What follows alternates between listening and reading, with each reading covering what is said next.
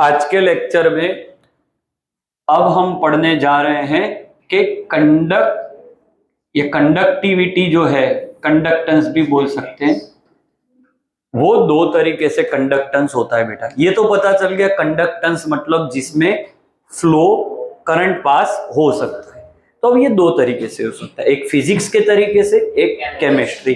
तो कंडक्टिविटी दो टाइप की है, ये थियरी में भी आ सकती है बेटा और एमसीक्यू में तो आती ही है। एक है मेटालिक कंडक्टेंस, समझे? मेटल में जो कंडक्टेंस होता है, ये जो वायर्स डाले गए हैं उसमें जो कंडक्टेंस होता है, कंडक्टिविटी वो। और दूसरा है बेटा आयोनिक कंडक्टिविटी, आयंस के कारण होता है। वो कहां होता है? सॉल्यूशन में। जो सॉल्यूशन आपने देखा होगा बेटा कि आप प्योर वाटर लीजिए, चलो वो आएगा तब डिस्कस करेंगे। कंडक्टेंस इसके आगे के वीडियो में जो पढ़ा वो क्या था बेटा? Classification of substances based on their conductance. अगर कंडक्टेंस ही नहीं है तो इंसुलेटर, कंडक्टेंस है तो कंडक्टर, बहुत ज्यादा कंडक्टेंस है तो सुपर कंडक्टर, और बिटवीन टू लिमिट्स है तो वो सेमीकंडक्टर। उसके ऊपर पूरा फिजिक्स है। ओके, अब जो मैं पढ़ा रहा हूं कि भाई कंडक्टिविटी होती कैसे, हाउ कंडक्टेंस हैपेंस, तो इन मेटल और इन सॉल्यूशन। तो मेटल में कैसे होती है? तो मेटल में कंडक्टेंस ऐसे होती है, ये मेटल वायर है बेटा, आप जानते हो ये एल लेंथ है, ये इसका क्रॉस सेक्शन एरिया है। ओके, यहां से इलेक्ट्रॉन, ये इलेक्ट्रॉन को धक्का लगाएगा, ये इलेक्ट्रॉन यहां निकलता है, ऐसा नहीं बोल सकते आप, धक्का लगता है।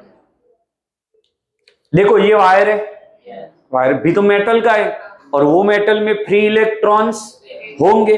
अब ये इलेक्ट्रॉन उसके फ्री इलेक्ट्रॉन को धक्का लगे। ओके, डन है। तो it is due to free electrons. MCQ, in metal the current is passed due to ions, electrons, free electrons, तो फ्री इलेक्ट्रॉन्स। डन यहां तक? अच्छा, जो इसकी डिपेंडेंसी, ये एमसीक्यू में आ सकता है, it depends on, metallic conductance ज्यादा होगा कि कम होगा, डिपेंड्स ऑन, तो टेम्परेचर पे डिपेंड करता है। जैसे ही टेम्परेचर बढ़ेगा कंडक्टेंस कम हो जाएगा, क्योंकि रेजिस्टेंस बढ़ जाएगा। सर कैसे रेजिस्टेंस बढ़ेगा? तो दो तरीके से पढ़ाता हूं फिजिक्स से।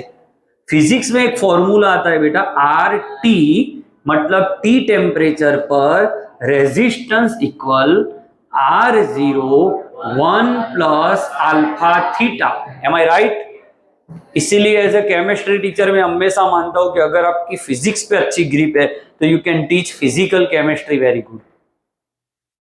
Alpha theta, where alpha is what? It's a temperature coefficient. बेटा हर एक वायर का टेम्परेचर कोएफिशिएंट सेम नहीं होता। टेम्परेचर कोएफिशिएंट मतलब कि उसको टेम्परेचर देने से उसके रेजिस्टेंस में कितना फर्क आएगा।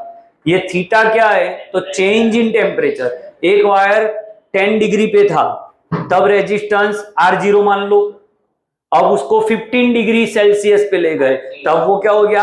RT। तो यहाँ 15 आएगा, जो वायर आपने लिया है उसका अल्फा, उसको मल्टीप्लाई करो तो RT। तो RT is always greater than R0 if you increased the temperature. अब वाटर हीटर को कौन सी कॉन्सेप्ट पे काम करता है पता चल गया। मेटल में कॉन्टिन्यूअसली आप इलेक्ट्रॉन पास करोगे तो वो गर्म हो जाएगा बेटा, टेम्परेचर उसका बढ़ जाता है। ये वो वाला टेम्परेचर है अलग, वायर टेम्परेचर बढ़ने से रेजिस्टेंस बढ़ जाएगा। रेजिस्टेंस बढ़ेगा तो बताइए मेटालिक कंडक्टेंस कम होगी। Any doubt? डन है। सेकेंड डिपेंडेंसी है वैलेंस इलेक्ट्रॉन। वैलेंस इलेक्ट्रॉन मतलब लास्ट सेल में वो मेटल के पास कितने इलेक्ट्रॉन है पर एटम। एक एटम में 2 इलेक्ट्रॉन है कि 4 है। वैलेंस, वैलेंस इलेक्ट्रॉन मतलब लास्ट सेल वाले इलेक्ट्रॉन। ये जितने ज्यादा होंगे उतनी कंडक्टेंस ज्यादा होगी। थर्ड आपको देखना होता है बेटा, जो वायर है वो मेटल का नेचर।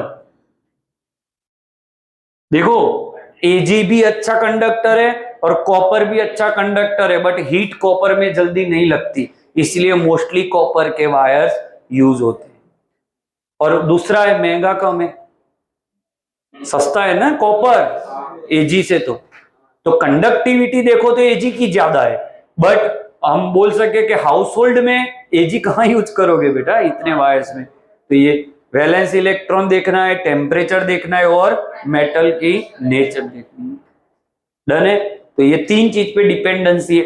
अब क्या क्वेश्चन आ सकता है, which of the following factor does not affect metal conductivity. चौथा ऑप्शन हो जाएगा प्रेशर। तो प्रेशर मेटल कंडक्टिविटी को कोई फर्क नहीं दे सकता।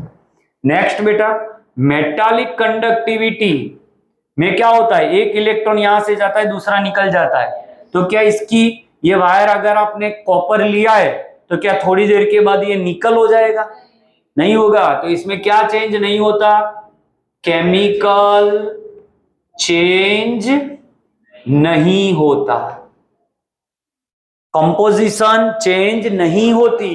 तो क्या चेंज होता है, थोड़ी देर आप मेटल में से कंटिन्यूअस करंट पास करोगे तो धीरे धीरे वो वायर गर्म होना शुरू हो जाएगा।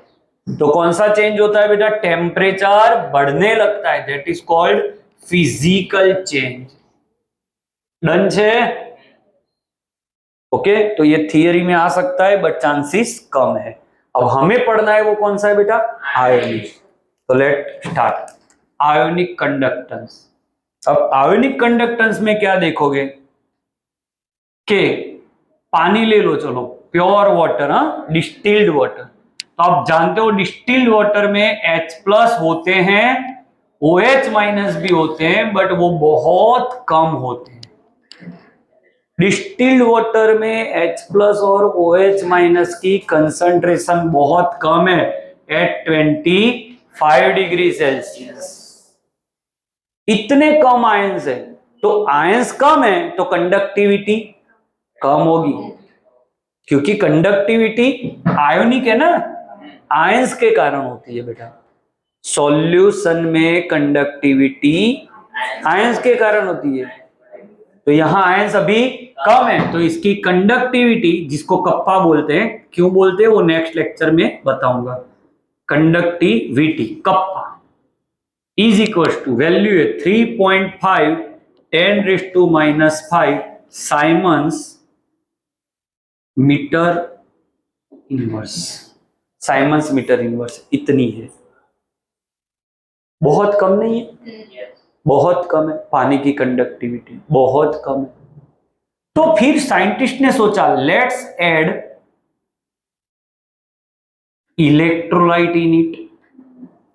क्या ऐड करे बेटा, इलेक्ट्रोलाइट। इलेक्ट्रोलाइट मतलब जो अंदर जाके आयोनाइज हो जाए, ऐसे सब्सटेंस डालते हैं, लाइक NaCl डाला, KCl डाला, MgCl2 डाला। नाउ लेट्स चेक, अगर बेटा अब कंडक्टिविटी बढ़ी तो आप मान लेना conductivity is due to ions. Electrolyte भी अंदर जाके तो आयोनाइज होंगे ना भाई, समझे कि नहीं। पहले वही पानी क्या था, डिस्टिल था, मतलब कंडक्टिविटी कम थी, इंसुलेटर ही था हम बोल सकते हैं। फिर इलेक्ट्रोलाइट डाल के देखा तो now conductivity increases, it means it is due to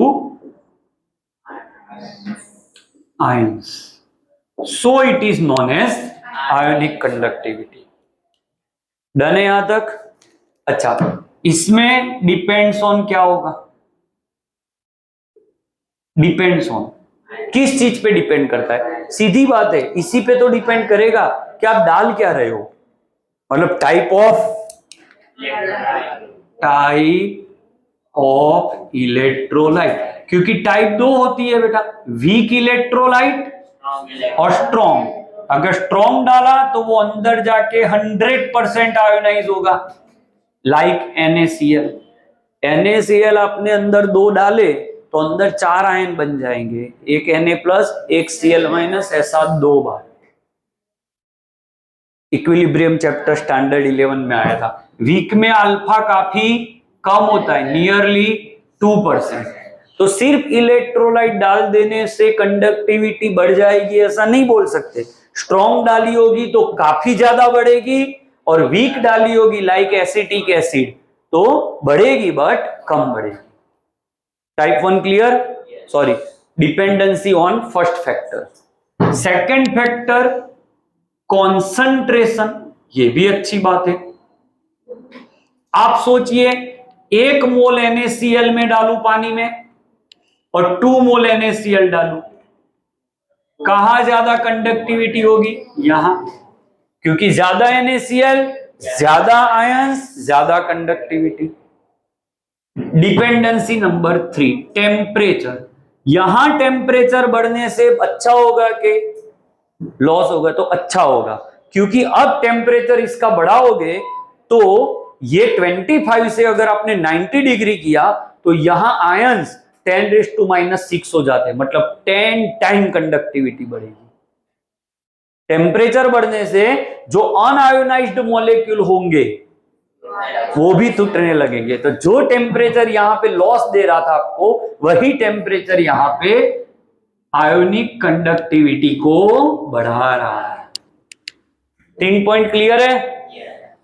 क्या डाला वो देखना है, कितने अमाउंट में डाला वो देखना है, कौन से टेम्परेचर पे डाला वो देखना है। चौथा, किसमें क्या सॉल्वेंट क्या था? Solvent, type of solvent. अगर ज्यादा विस्कस है, विस्कस मतलब चिपकने वाला, तो फिर विस्कोसिटी अगर ज्यादा है तो कंडक्टिविटी कम हो जाएगी। ज्यादा चिकना होगा तो वहां से आयन पास नहीं हो सकता। तो type of solvent as well as 5, जब आपने इलेक्ट्रोलाइट पानी में डाला या कोई सॉल्वेंट में डाला तो अंदर जाके आयंस क्रिएट होंगे, वो साइज ऑफ आयंस भी देखनी होती है। क्योंकि बहुत बहुत important concept, size of ion छोटी होगी तो उसके नजदीक पानी ज्यादा सॉल्वेटेड हो जाएगा। दिस इज कॉल्ड सॉल्वोसिस। क्या बोलते हैं इसको बेटा? सॉल्वोसिस। देखो आयन तो क्रिएट हो गए, अब वो आयन, मैंने ये इक्विलिब्रियम में पढ़ाया था कि NaCl पानी में जाने के बाद क्या होता है, तो Na+Cl, फिर Na+ के आसपास पानी सराउंडिंग में आ जाता है, और इसी तरह Cl के आसपास, तो वो वापिस से चिपकते नहीं है। अगर वहां आसपास पानी ना आया होता तो फिर चिपक जाते, तो फिर फ्री आयंस नहीं मिलते, कंडक्टिविटी बंद हो जाती।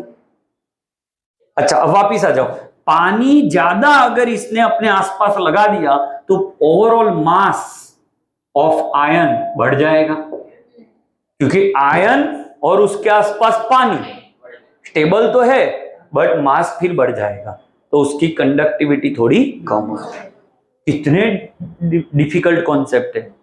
अच्छा, आयोनिक कंडक्टिविटी में कैसा चेंज होता है बेटा? Chemical change. क्यों? ये केमिकल चेंज ही है ना बेटा। पानी में आपने NaCl डाला तो नया केमिकल ऐड किया, कंपोजिशन चेंज हो गई, पहले प्योर पानी था अब NaCl, तो इसमें केमिकल चेंज है, इसमें फिजिकल। इसमें टेम्परेचर बढ़ाने से लॉस हो रहा है, इसमें टेम्परेचर बढ़ाने से फायदा हो रहा है। यहाँ इलेक्ट्रॉन के कारण मूव हो रहा है करंट, और यहाँ आयंस के कारण। इसकी डिपेंडेंसी 3 ही पॉइंट पे है। इसमें क्या ऐड किया, कितना ऐड किया, कौन से टेम्परेचर पे ऐड किया, किस में ऐड किया, ऐड होने के बाद क्या आयंस बने, वो सब चीज होते हैं। I hope you got the point. Okay, thank you.